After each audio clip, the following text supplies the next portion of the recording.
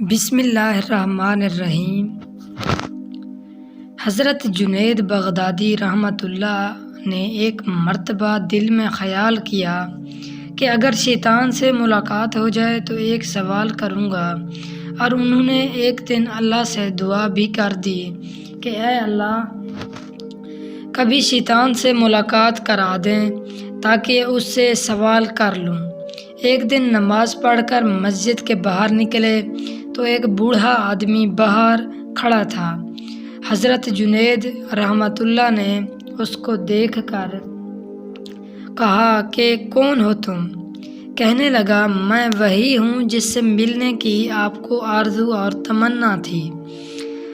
آپ سمجھ گئے کہ یہ اصل میں شیطان ہے۔ شیطان نے کہا کہ آپ مجھ سے کیوں ملنا چاہتے ہیں؟ حضرت جنید رحمۃ اللہ نے کہا کہ میرے ذہن میں تیرے متعلق ایک سوال ہے۔ سوال یہ ہے کہ جب اللہ تعالیٰ نے تجھے حضرت آدم علیہ السلام کو سجدہ کرنے کا حکم دیا تو میری سمجھ میں نہیں آتا کہ آخر تجھے کس چیز نے اللہ کے حکم کی تعمیل سے منع کیا؟ کیوں تو نے سجدہ نہیں کیا؟ کیا اللہ کی عظمت کو نہیں جانتا تھا؟ ارے تجھے اللہ کی معرفت حاصل تھی، اللہ کی عظمتوں اور جلالتوں سے تو واقف تھا۔ اس قدر اللہ کی قربت رکھنے کے باوجود جب اللہ نے تجھے حکم دیا کہ آدم کو سجدہ کر تو نے آخر کیوں سجدہ نہیں کیا؟ اس پر شیطان کا جواب کیا تھا وہ سننے کے قابل ہے۔ اس کے جواب نے کچھ دیر کے لیے حضرت جنید رحمۃ اللہ علیہ کے ہوش اڑا دیے۔ اس نے کہا کہ جنید، آپ جیسا توحید پرست آدمی اور یہ مشرکانہ سوال، آپ جیسا توحید پرست، ایک اللہ کو ماننے والا، ایک اللہ کی پوجا کرنے والا، اور آپ کے ذہن میں ایسا سوال آ رہا ہے جو مشرکانہ ہے۔ یہ سوال کہ میں نے غیر اللہ کو سجدہ کیوں نہیں کیا؟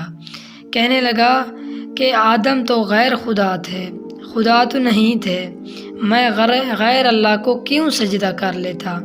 آپ جیسا توحید پرست آدمی ایسا مشرکانہ سوال میرے سے کر رہا ہے، بڑے افسوس کی بات ہے۔ حضرت جنید رحمۃ اللہ علیہ کہتے ہیں کہ جب اس نے یہ بات مجھ سے کہی تو مجھے لگا کہ ہاں، یہ تو ٹھیک کہہ رہا ہے، اور پھر تھوڑی دیر کے لیے مجھے ایسا معلوم ہوا کہ میرا ایمان سلب ہو رہا ہے، اس لیے میں سناٹے میں پڑ گیا، ہوش حواس باقی نہ رہے۔ میں سوچنے لگا کہ اس کو کیا جواب دے سکتا ہوں، اس لیے کہ جب وہ کہہ رہا ہے کہ تم ایک اللہ کو ماننے والے ہو اور مجھے پوچھتے ہو کہ آدم کو سجدہ کیوں نہیں کیا۔ حضرت جنید رحمۃ اللہ کہتے ہیں کہ میرے ذہن میں جواب نہیں آیا۔ فوراً اللہ کی طرف سے الہام ہوا اور مجھ سے کہا گیا کہ اس سے یہ پوچھو کہ حکم دینے والا کون تھا۔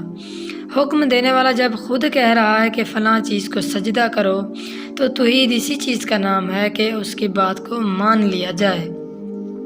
حضرت جنید رحمۃ اللہ علیہ کہتے ہیں کہ اس الہام کے بعد میرا ایمان برقرار ہوا، ورنہ تو مجھے ایسا معلوم ہوا کہ میرے ایمان میں تزلزل پیدا ہو گیا ہے۔ یہ ہے شیطان کی مکاری اور عیاری، نہ ولیوں کو چھوڑا، نہ غوث و کتب و ابدال کو چھوڑا، نہ انبیاء کرام کو چھوڑا۔ غور کرو کہ شیطان باتوں اور چیزوں کو کس طرح مزین کرتا ہے اور گمراہ کرنے کی کوشش کرتا ہے۔ اس کا ذرا اندازہ اس واقعے سے آپ کر لیجئے۔ اس لیے کبھی بھی شیطان سے بے فکر نہیں ہونا چاہیے۔ شیطان کی عیاری اور مکاری سے بعض اوقات انسان بے ایمان بھی ہو جاتا ہے، لیکن اسے خبر نہیں رہتی کہ میں بے ایمان ہو گیا ہوں۔